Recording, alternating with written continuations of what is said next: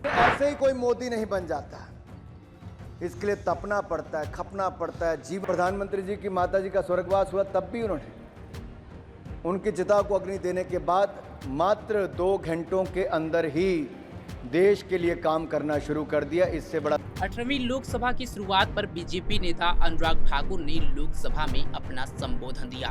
इस दौरान प्रधानमंत्री नरेंद्र मोदी को धन्यवाद देते हुए अनुराग ठाकुर ने बीते 2 कार्यकाल के दौरान पीएम मोदी के विकास कार्यों की जानकारी दी। साथ ही उन्होंने पीएम मोदी की मां को याद कर क्या कहा, उसे सुनिए, जिससे पूरा विपक्ष हैरान हो गया। माननीय अध्यक्ष महोदय, आप नोटिस दे दो।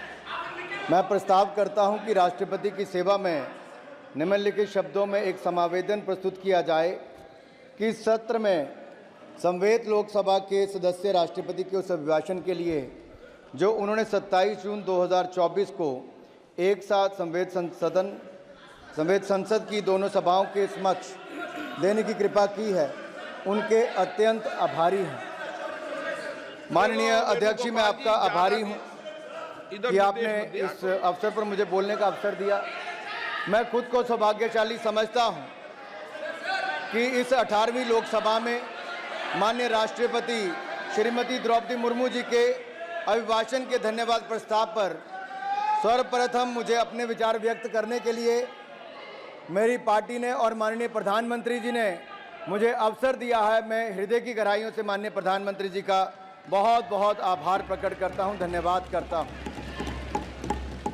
माननीय स्पीकर महोदय, आप एक बार फिर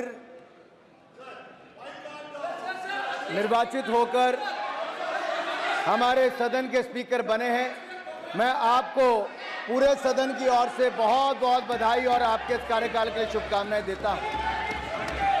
बड़ी संख्या में नए सदस्य 18वीं लोकसभा में चुनकर आए हैं, बहुत सारे पुराने भी आए हैं। नए वालों को भी और पुराने वालों को भी सदस्य चुनकर जो आए हैं, संसद के सदस्य बने हैं, आपको भी ढेरों शुभकामनाएं और बहुत बहुत बधाई देना चाहता हूं। माननीय अध्यक्ष जी, 2024 का ये चुनाव नीति, नियत, निष्ठा और निर्णयों पर विश्वास का चुनाव है और जनता ने इस पर मोहर लगाई है। फिर एक बार मोदी जी के नेतृत्व में एनडीए की सरकार बनाई। देश का ये चुनाव ऐतिहासिक जनादेश हमारे यशस्वी प्रधानमंत्री श्री नरेंद्र मोदी जी के पिछले 10 वर्षों के सेवा, सुशासन और गरीब कल्याण के महानुष्ठान पर मोहर है। देश को जरूरत थी एक स्थिर और निरंतर सरकार की, और देश ने एक स्थिर, निरंतर और प्रभावी सरकार को फिर चुना है और मोदी जी को फिर देश का प्रधानमंत्री चुना है। ये जनादेश विकसित भारत के संकल्प की सिद्धि के लिए है।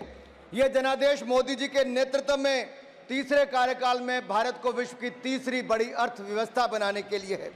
ये जनादेश विपक्ष के भय, भ्रम और भ्रष्टाचारी राजनीति पर तमाचा है। ये जनादेश मोदी जी द्वारा चलाए जा रहे सामाजिक न्याय पर समाज की मोहर है। यह जनादेश देश को तोड़ने की नहीं, जोड़ने की राजनीति चलेगी, इस पर मोहर है। यह जनादेश संविधान विरोधियों को लगातार तीसरी बार विपक्ष में बिठाने के लिए जनादेश है। यह जनादेश भारत की सेना, सरहद और सनातन की सुरक्षा का है।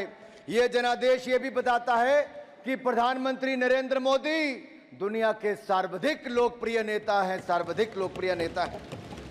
और मैं ही नहीं, अब तो दुनिया भर के अनेकों देशों ने सर्वोच्च सम्मान अपने देश का किसी को दिया है तो हमारे प्रधानमंत्री और देश के लोकप्रिय नेता मोदी जी को दिया है। मोदी जी कैसे नेता जिनको यूएस कांग्रेस में एक बार नहीं 2-2 बार अपनी बात रखने का अवसर मिला है। माननीय अध्यक्ष जी, ऐसी अनेकों बातें, लेकिन ऐसे ही कोई मोदी नहीं बन जाता, इसके लिए तपना पड़ता है, खपना पड़ता है, जीवन व्यतीत करना पड़ता है। और मोदी जी ने तो अपने जीवन का हर क्षण, हर पल देश के लिए जिया है, मां भारती के लिए जिया है।